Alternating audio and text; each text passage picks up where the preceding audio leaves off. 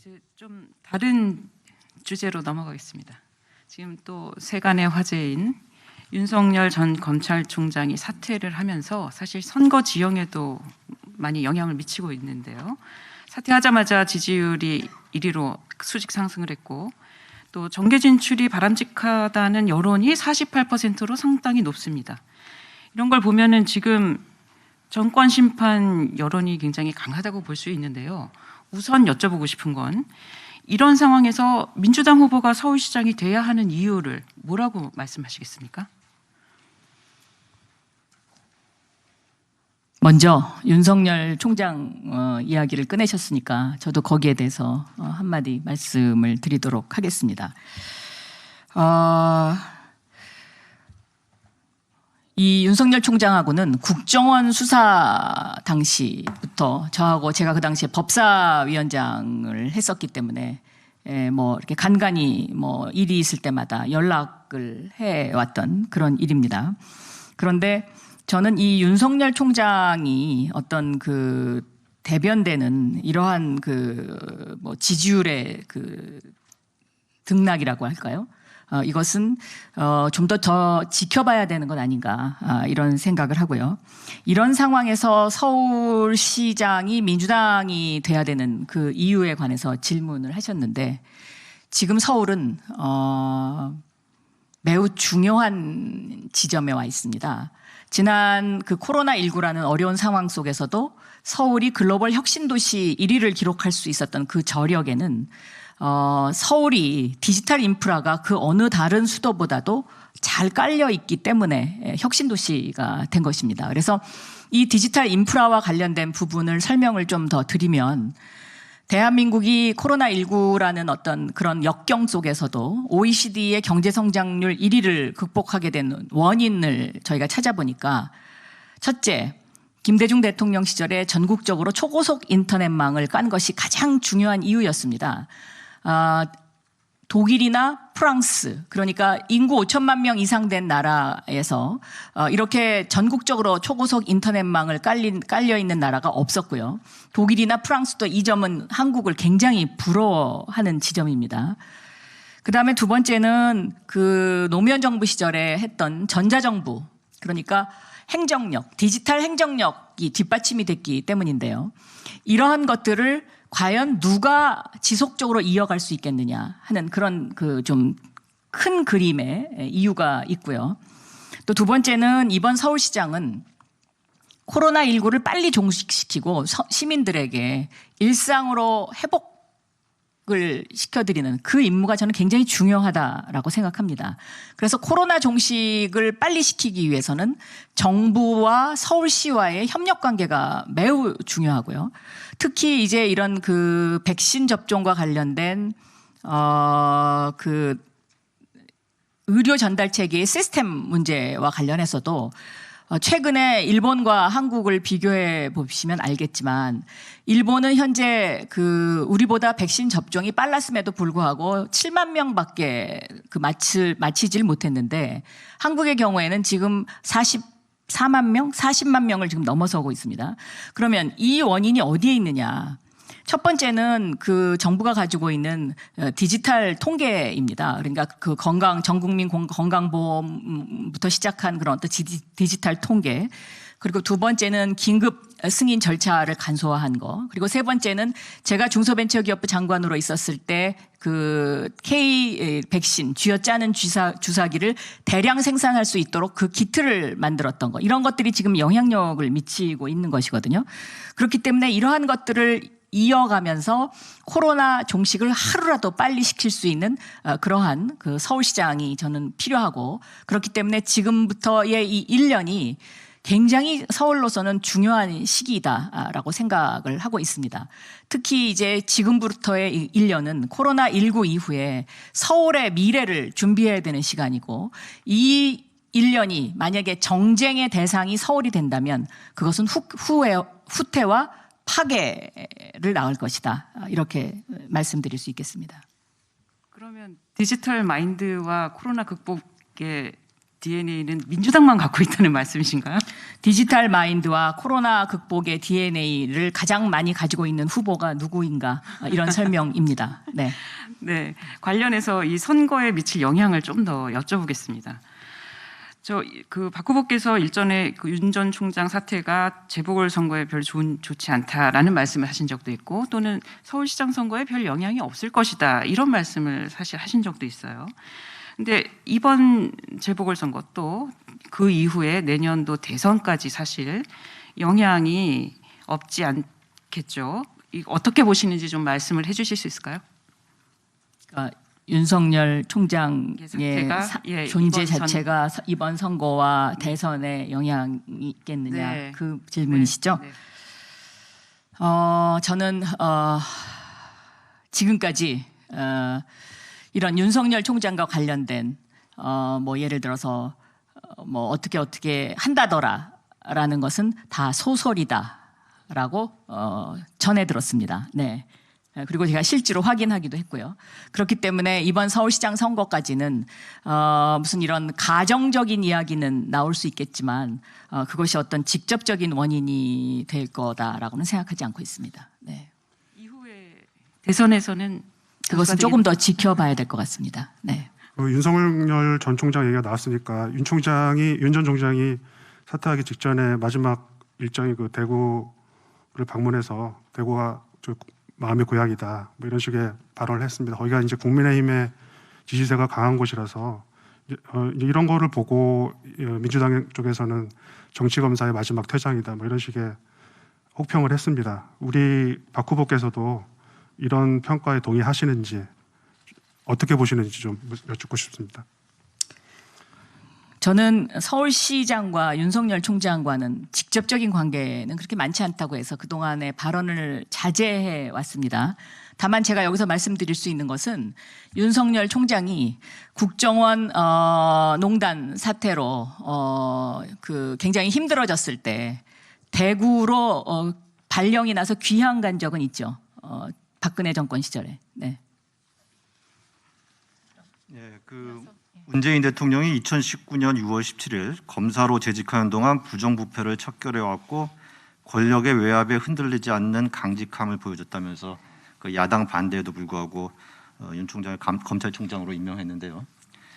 윤 총장이 이러한 그 권력의 눈치를 보지 않고 권력을 향한 수사를 했기 때문에 사퇴를 이르렀고 또 그러한 면 때문에 지금 지지율이 오르고 있다 이런 해석이 사회 곳곳에서 나오고 있는데 이에 대해서는 우리 박 후보는 어떤 생각을 갖고 계십니까? 제가 이 부분에 대해서는 법사위원장을 한 사람으로서 할 말이 굉장히 많이 있지만 오늘은 좀 생략하겠습니다. 네. 이렇게 생략해야 될 이유가 뭐 있으신가요? 왜냐하면 서울시장 후보로서 관훈 토론에 나온 사람이기 때문에 그렇습니다. 네. 그럼 선거 얘기를 돌아가 보죠. 네. 네. 근데 윤석열 전 총장 변수가 서울시장 선거와 전혀 영향이 없지는 않아 보입니다. 이를테면 50대와 자영업자 중도층 중심으로 지금 표심 요동을 치고 있고 실제로 윤 전 총장과 지지층이 겹치는 이재명 지사에게도 지금 영향이 미치는 것으로 나타나고 있습니다. 그리고 LH공사 수사와 관련해서 검찰개혁 이슈가 수사권 조정 문제를 포함해서 수사 문제를 포함해서 그런 것도 다시 불거지고 있기 때문에 이런 것들이 복합적으로 지금 서울시장 보궐선거 판을 좀 좌우할 정도는 아니지만 영향을 미치고 있고 그 정점에 윤석열 전 총장이 있는 것도 사실입니다. 그런 상황에서 전혀 영향을 미치지 않는다라고 보기에는 좀 어렵지 않을까 싶은데요. 네, 저도 전혀 영향을 미치지 않는다라고 말씀드린 적은 없습니다. 그런데 지금 현재 거론되고 있는 뭐 윤석열 총장과 안철수 후보와의 관계, 또 윤석열 총장과 뭐 다른 후보와의 관계를 봤을 때 아마 그 관계와 관련해서는 저하고 가장 편하게 연락할 수 있는 사람일 겁니다. 네. 네, 말씀을 굉장히 아끼셔서. 네, 그런 점에서 한 가지만 제가 더 그럼 질문을 드려보겠습니다. 문재인 정부의 장관이라는 말씀을 하셨기 때문에 이 질문에도 대답을 해 주셔야 될 것 같은데 문재인 정부의 장관으로서 그러면 검찰 개혁에 대해서 어떻게 생각하시는지, 검찰 개혁 방향에 대해서 어떻게 평가를 하시는지, 또 만약에 점수를 매긴다면 몇 점 정도를 주실 수가 있을까요? 지금까지 그 어느 정권도 검찰 개혁을 해낸 정권이 없습니다. 저는 그 점에 점수를 드립니다. 그리고 검찰 개혁의 시작은 제가 2010년으로 기억하는데요. 2010년, 11년으로 기억하는데 법사위 간사를 하면서 경찰에게 수사 개시권을 주면서 시작했습니다. 그때는 이명박 정권 시절이었지만 그렇게 그 개혁을 할 수 있었던 이유가 뭐였냐면, 제가 우연히 법조문을 보다가 경찰은 검찰의 명령에 복종해야 한다라는 그 법조문이 있었습니다. 그래서 제가 이 명령과 복종이라는 이 두 단어가 법조문에 있는 것이 맞느냐라고 그 당시에 지금 야당 의원들에게 질문했습니다. 그랬더니 그 어느 누구도 거기에 대해서 대답하지 못했고요.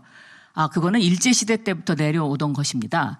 이렇게 하는 답변을 들었고요. 또 두 번째는 저희는 맨날 법조문을 달달달달 외워서 아무런 느낌이 없었는데 박영선 의원님은 좀 다르시네요. 이런 반응이었습니다. 그래서 그 힘으로 경찰에게 수사 개시권을 줄 수 있었습니다. 그리고 그 이어서 판결문 공개가 통과가 됐고요. 또 전관예우 금지법과 관련된 여러 가지 법안들이 통과가 됐습니다. 그것이 시작이고요. 그리고 그 다음에 이명박 박근혜 정권에서 검찰 개혁은 이루어지지 않았습니다. 그러나 전 세계 어느 나라도 검찰이 수사권과 기소권을 동시에 가지면서 검찰공화국이라는 이야기를 듣는 선진국은 존재하지 않습니다. 그렇기 때문에 저는 이런 우리 사회의 어떤 한쪽으로 쏠림이 있는 이런 어떤 불평등한 권력에 대해서 균형을 잡는 것, 이것은 반드시 필요하다라고 생각합니다. 다만 개혁에 있어서 저는 단계적 개혁을 주장하는 사람입니다. 그래서 개혁을 너무 한꺼번에 몰아치면 기득권의 반발, 또 여러 가지 또 그런 어떤 제도를 시행함에 있어서의 그 부작용들이 나타나기 때문에 개혁을 단계적으로 하는 것이 맞다라고 생각하고 있습니다. 네. 그럼 그 검수 완박에 대해서는 조금 부정적인 생각이신 겁니까? 현 단계에서? 완박, 검찰 수사권 완전 박탈. 저는 이렇게 검찰 수사권을 한꺼번에 완전히 박탈하는 거, 이것은 조금 시기적으로 때가 이르다라고 생각하고 있습니다. 네. 이어서 계속 질문하시겠습니다. 지금 저 국회 사법개혁특위위원장, 그다음에 법사위원장 하시면서 검경 수사권 조정안을 지금 밑그림을 그리셨지 않습니까? 근데 이제 당시 제가 이렇게 보면은 그 당시 논의 과정에서 제일 우려했던 부분은 수사력 약화였습니다. 수사력 약화. 예. 네. 그런데 지금 LH 특유역 사건을 보고 있으면은 그 수사력 약화 우려가 현실로 나타나고 있는 것으로 보입니다. 그동안 수사를 해오던 검찰이 배제가 되고 경찰이 주도를 하면서 압수수색을 한 일주일 늦게 시작하면서 증거인멸의 기회를 줬고요. 또 검경사의 지금 실무 협조가 그리 원활치 않다고 합니다. 또 지금 이 개정된 법안에 따르면 이제 고위공직자나 또는 기업 임원 등을 검찰과 경찰이 함께 수사를 하는데 이때 성과 가로채기의 문제가 제기될 수도 있다 하면서 여러 가지 부작용들이 지금 곳곳에서 나오고 있습니다. 그러면 당시 밑그림을 그리실 때 이런 부작용을 예상하지 못하셨는지, 또 한 가지 지금 이제 속도를 조절하면서 하자고 하셨는데 그 얘기는 이제 그 검찰 개혁에 있어서 여러 가지 유연성을 가지신다는 입장으로 저는 이해를 하는데, 이렇다면 이런 LH 투기 의혹 사건으로 인한 수사력 약화 문제가 제기됐으니까 지금 현재 있는 검경 수사권 조정안을 개선을 해야 된다, 그런 목소리가 지금 힘에 실리고 있으니까 그런 개선을 해야 된다고 보지는 않으시는지. 네, 사법개혁에 있어서 이 수사와 기소권을 분리함에 있어서 가장 문제가 됐던 것은 검찰의 입장에서는 자치경찰제를 만들지 않을 경우에 경찰의 숫자가 너무 많다라는 것이었고요. 또 경찰의 입장에서는 검찰에 있는 수사관들을 그럼 어떻게 할 것이냐, 바로 이 문제였습니다. 그러니까 수사력 약화 문제는 수사력 약화라는 단어로 그것이 포장이 되어 있긴 했습니다만은, 저는 이 수사력 약화 문제는 시스템을 어떻게 만드느냐의 문제이지 이것이 핵심은 아니다라고 생각합니다. 지금도 LH 사건과 관련해서요. 저는 검찰과 경찰이 공조해서 수사해야 된다라고 저의 입장을 밝힌 바 있는데요. TF팀을 만들면 됩니다. TF팀을 만들어서 이것을 얼마만큼 더 효율적으로 수사를 할 수 있느냐의 문제이고요. 예를 들면 그동안에 경찰의 특수부가 늘 권력의 시녀 역할을 했던 이유는 거기에 너무나 많은 권력이 주어졌기 때문에 때때로 수사가 공정하지 못하게 또 왜곡되게 이렇게 역사적으로 그런 어떤 기록을 남겼기 때문이 아닙니까? 예를 들면 대표적인 것이 BBK 사건이죠. BBK 사건과 같은 것은 저는 처음부터 진실이 어디에 있는지 알고 있었던 사람이었습니다. 그랬기 때문에 그러한 그 진실이 무엇이다라고 생각했던 검사분들은 저한테 개인적으로 와서 이것은 굉장히 잘못된 것이다라고 고백하신 분들도 상당히 많이 있습니다. 근데 이런 식으로 진실을 완전히 100% 왜곡해서 13년 만에 진실이 밝혀지는 이러한 세상이 다시 돼서는 안 된다고 저는 생각합니다. 그렇기 때문에 권력도 균형 있게 권력을 나누어 갖는 것 이것이 굉장히 중요하고요.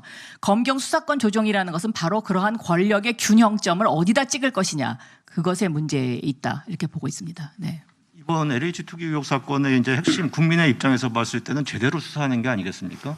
그렇다면 그동안에 수사의 노하우도 쌓은 검찰이 그리고 사실 뭐 과거에는 다 검찰이 수사를 주도했는데 그 검찰이 수사할 수 있는 길을 열어놓는 것이 국민 입장에서 봤을 때는 나은 게 아닙니까? 그건 균형의 문제가 아니고. 네, 그래서 어떻게 제가 제대로 수사를 경찰과 검찰이 이번에는 공조할 필요가 있다라고 제 입장을 밝힌 것입니다. 예, 근데 네. 그 공조의 의미가 그러니까 뭐 그 기소의 협력이라든가 뭐 과거의 정보의 노하우라든가 이런 수준에서 지금 그치고 있는 거 아닙니까?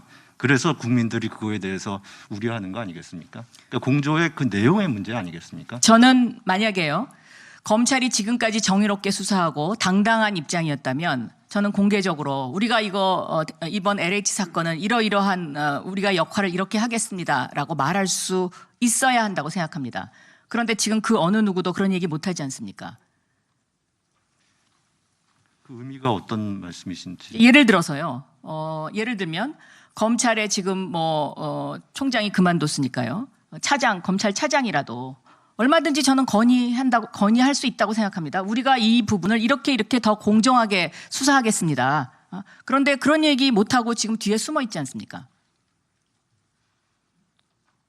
그건 꼭 숨어 있다고 볼 수는 없을 것 같습니다. 지금 뭐 그렇게 상황에서. 표현하실 수도 있을 것 만약, 네, 같습니다. 검찰이 네. 그렇게 그러나 나섰을 때 또 그게 가능할 수 있을지는 저는 그걸 사실 뭐 공개적으로 얘기하라는 뜻은 아니고요. 네.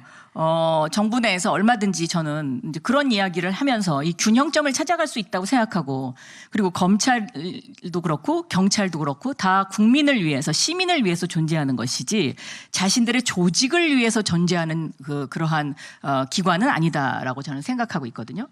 그렇기 때문에 이러한 어떤 상황에서는 어떠한 것이 가장 국민을 위한 것이고 어떠한 것이 가장 시민을 위한 것이냐 이런 관점에서 저는 충분한 건의가 필요하다라고 생각하고 있습니다.